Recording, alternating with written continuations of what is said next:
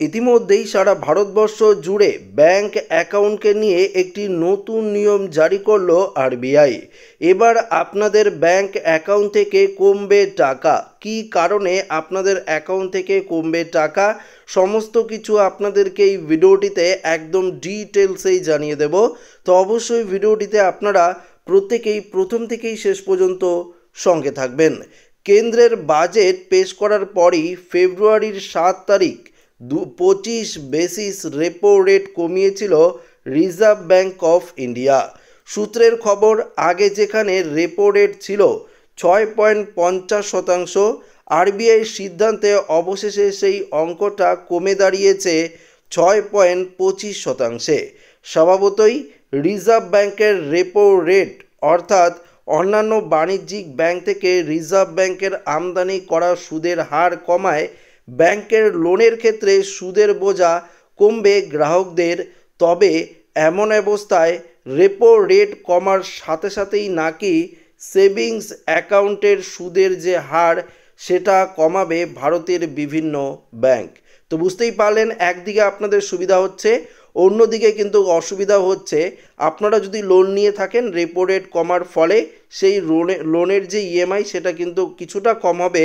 তবে আপনাদের ব্যাংক অ্যাকাউন্টে যে সেভিংস টাকাটা থাকবে সেই টাকার যে সুদের যে অ্যামাউন্ট সেটাও কিন্তু এবার কমাবে ব্যাংক।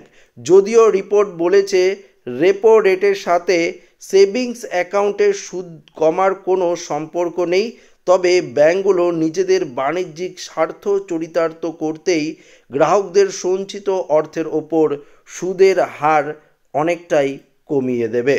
বুঝতেই পারলেন। তবে আপনাদেরকে জানিয়ে দিই কোন ব্যাংক সুদের হার কতটা পরিমাণে কমাতে পারে, কোন কোন ব্যাংকের ক্ষেত্রে এই নিয়ম লাগু হচ্ছে। আসুন প্রথমত জানিয়ে দিই। দেখতে পাচ্ছেন 1 নম্বরে সবথেকে ইম্পর্টেন্ট, গুরুত্বপূর্ণ, সবথেকে বৃহত্তম ব্যাংক ভারতের, সেটা হলো স্টেট ব্যাংক অফ ইন্ডিয়া। বেসরকারি ব্যাংকগুলোর তুলনায় গ্রাহকদের অনেকটাই কম সুদ দেয়। সেক্ষেত্রে বলে রাখি, 15 জানুয়ারি 2025 অনুযায়ী স্টেট ব্যাংক অফ ইন্ডিয়ার সেভিংস অ্যাকাউন্টের ক্ষেত্রে 2.70% বার্ষিক সুদ দিচ্ছে গ্রাহকদের।